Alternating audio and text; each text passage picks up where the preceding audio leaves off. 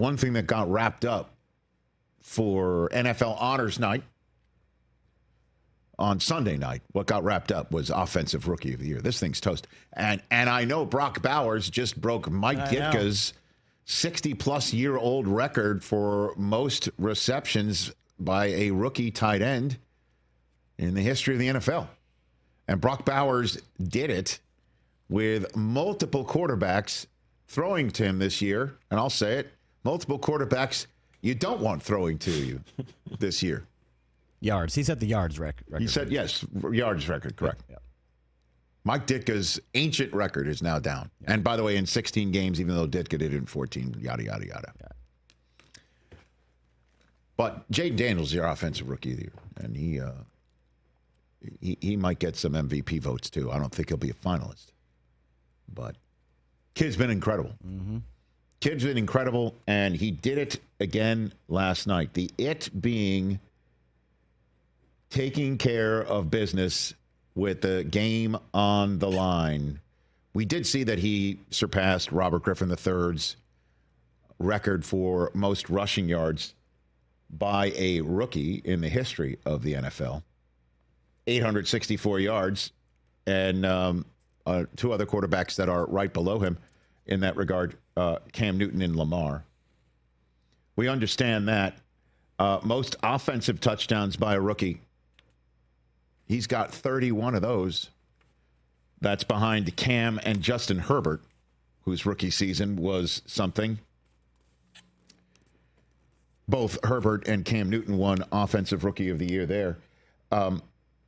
But the one thing that really leaps out at me when we talk about rookies, he just did once again something a rookie's never done. This kid has 12 passing touchdowns in the fourth quarter and overtime this year now. Wow. A dozen. Wow. That's insane. Including the game winner to Zach Ertz in overtime to walk off and drive home safely. 12 of them. That's the most by any rookie quarterback in the history of the NFL. Game on the line. Now that's the thing, and that's the thing that causes the Commanders to feel like they are destined. Hail Mary here, overtime touchdown there, another one to beat the Eagles the week before here.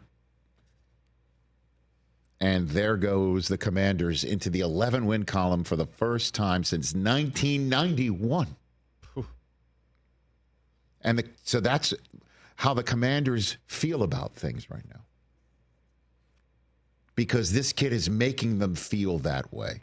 And he did it with A.J. Terrell draped all over his most prolific receiver, Terry McLaurin. Erased Terry McLaurin last night. And one holding penalty after another holding penalty after another holding penalty. And the thing that did kind of get the Commanders through the day wasn't Jayden Daniels' fourth quarter play.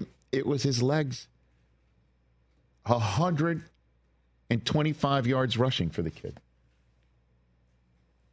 That places him in a different category as well.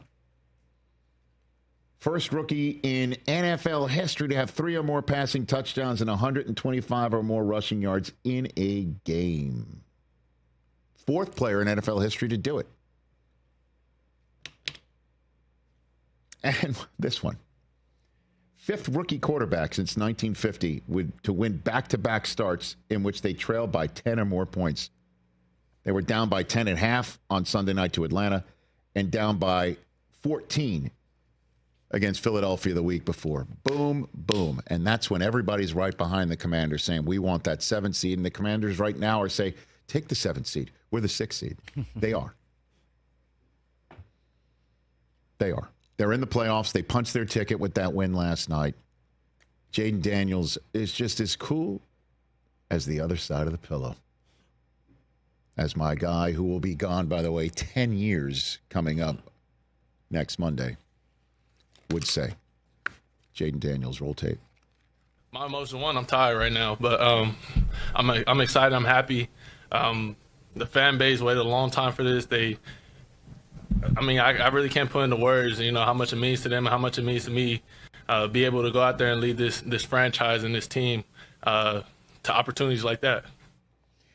Yep, first 4-game win streak since 2012. First time again winning 11 games in a season since 1991. That's your offensive rookie of the year. It's all she wrote. It's over. It's over. How far can the Commanders go? I do not know. I do not know. Commanders might wind up here to take on the Rams. They possibly can wind up in Tampa to take on the Bucs. It's entirely possible. You know, do they fall down to 7th and take on the Eagles in the first round? And you got one more game against the Cowboys to go. But a franchise-altering pick, 2nd overall. They already felt like the house that fell on the, the witch when new ownership came to be. But right now, it's just, the famed Rick Dalton gif. There it is. Right? There it is. Point at the screen. There it is. That's the guy.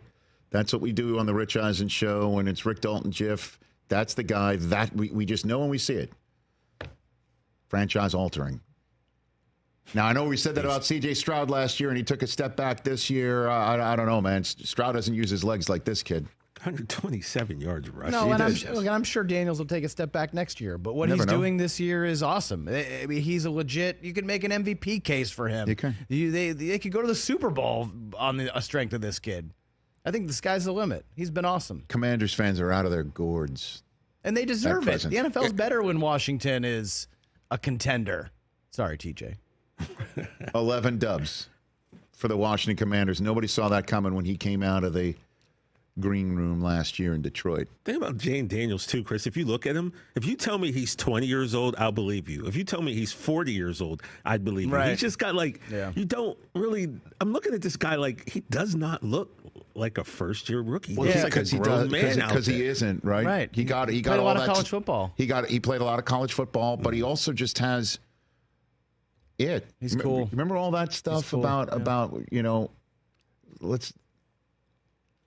I always like pulling the strings together.